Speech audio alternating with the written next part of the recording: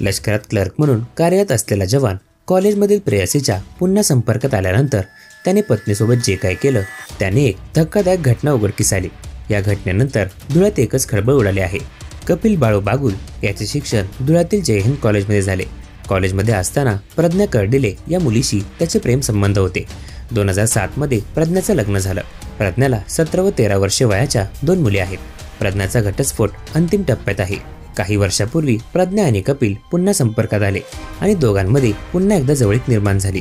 प्रज्ञा कर्डिलेच्या संपर्कात आल्यानंतर कपिल बागुल याने पत्नी पूजाला त्रास देण्याबरोबरच संपवण्याचा निर्णय घेतला। त्यानंतर त्याने पूजावर विषप्रयोग केला।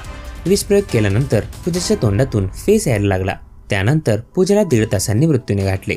या काळात कपिल तडफडणाऱ्या पूजाकडे एकटक पाहत बसला होता। पूजाचा मृत्यू झाल्यानंतर त्याने तिला एका खासगी रुग्णालयात दाखल केले। खासगी रुग्णालयातून त्याला शासकीय रुग्णालयात दाखल करण्याचा सल्ला देण्यात आला, पण कपिल बागुल याने इतरांच्या मदतीने पूजाच्या अंत्यविधीची तयारी केली। ही बाब मात्र पश्चिम देवपूर पोलीस ठाण्यातील कर्मचाऱ्यांना समजली। ही माहिती मिळाल्यानंतर पोलिसांनी घटनास्थळी धाव घेत पूजाचे पार्थिव ताब्यात घेतले।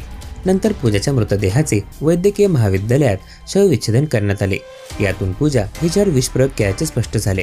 दरम्यान पोलिसांनी पूजा हिचा पती आरोपी कपिल, सासू विजया, नणंद रंजना आणि प्रेयसी प्रज्ञा यांना अटक केली आहे। मृत पूजा हिचा सासरच्या मंडळींकडून पैशांसाठी देखील छळ सुरू होता। त्याबाबत महिला आयोगाकडे तक्रार दाखल करण्यात आली होती। महिला आयोगाने वेळीच दखल घेतली असती तर पूजा हिचा जीव वाचला असता, असा आरोप पूजाच्या नातेवाईकांकडून करण्यात आला आहे। पोलीस पुढील तपास करत आहेत।